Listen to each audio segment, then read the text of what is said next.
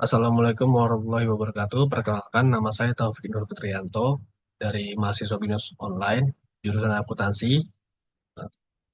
Saat saya akan mempresentasikan terkait hasil pelaksanaan proyek saya di mata kuliah Pancasila, yaitu terkait Sustainable Development Goals atau SDGs yang berkaitan dengan pendidikan yang berkualitas. Latar belakang masalah. Indonesia adalah negara dengan populasi terbesar keempat di dunia, dengan jumlah penduduk sekitar 283 juta yang tersebar di 17.504 pulau.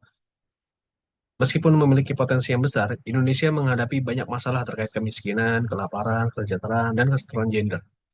Salah satu penyebab utama masalah ini adalah ketidakmerataan kualitas pendidikan yang diterima oleh masyarakat, terutama di daerah-daerah terpencil. Sekitar 50% dari populasi Indonesia itu berada di Pulau Jawa. Hal ini yang menyebabkan daerah lain itu tertinggal dalam hal pembangunan, terutama dalam fasilitas pendidikan. Hal ini menghambat pengembangan individu, pertumbuhan ekonomi, kesehatan, dan kesetaraan sosial di luar Pulau Jawa. Ketidakmerataan akses ini menyebabkan anak-anak di daerah terpencil kesulitan mendapatkan pendidikan yang layak, yang berujung pada ketidakmampuan mereka untuk bersaing dalam pasar kerja global. Selain itu, pertumbuhan populasi yang sangat pesat itu tidak diimbangi dengan peningkatan kualitas pendidikan yang merata. Di era perkembangan zaman ini, perkembangan teknologi, ekonomi, dan sosial itu begitu cepat, namun sistem pendidikan kita masih menghadapi tantangan yang sangat besar dalam mengimbangi perubahan tersebut.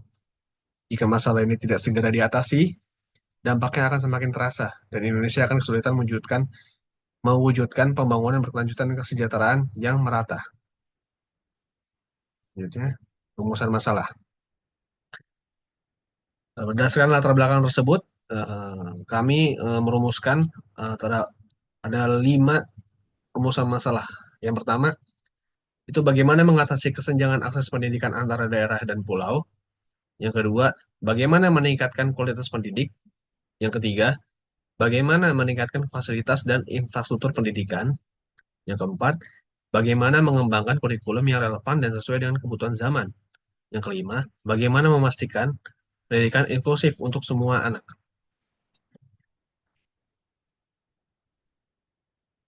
Hasil temuan di lapangan. Berdasarkan wawancara yang kami lakukan dengan berbagai pemangku kepentingan dalam dunia pendidikan,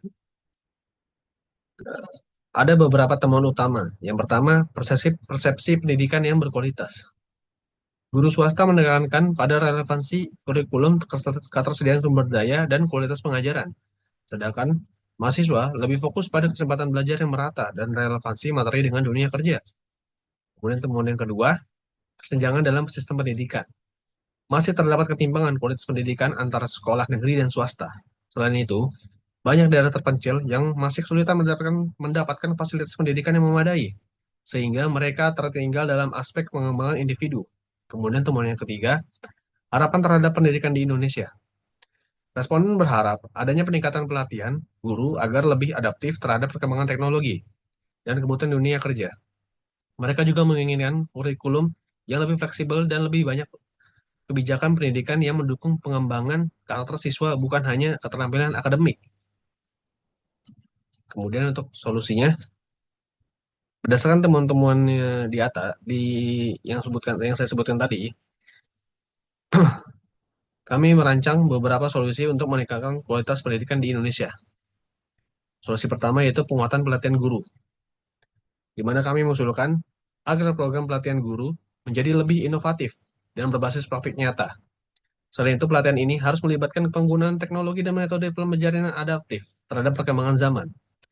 Guru harus diberikan pemahaman mengenai pentingnya pengembangan karakter siswa, bukan hanya keterampilan akademik. Kemudian solusi yang kedua, peningkatan akses pendidikan. Mendorong pemerintah untuk memperluas akses pendidikan yang berkualitas, terutama bagi daerah yang terpencil. Salah satu solusinya adalah dengan memperkenalkan pembelajaran berbasis digital dan memperbaiki infrastruktur pendidikan di daerah terpencil.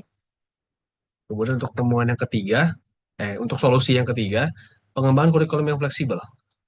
Kurikulum harus disesuaikan agar lebih relevan dengan perkembangan teknologi dan dunia kerja. Hal ini akan memastikan bahwa lulusan tidak hanya memiliki pengetahuan teoritis, tetapi juga keterampilan praktis yang dibutuhkan dalam dunia profesional.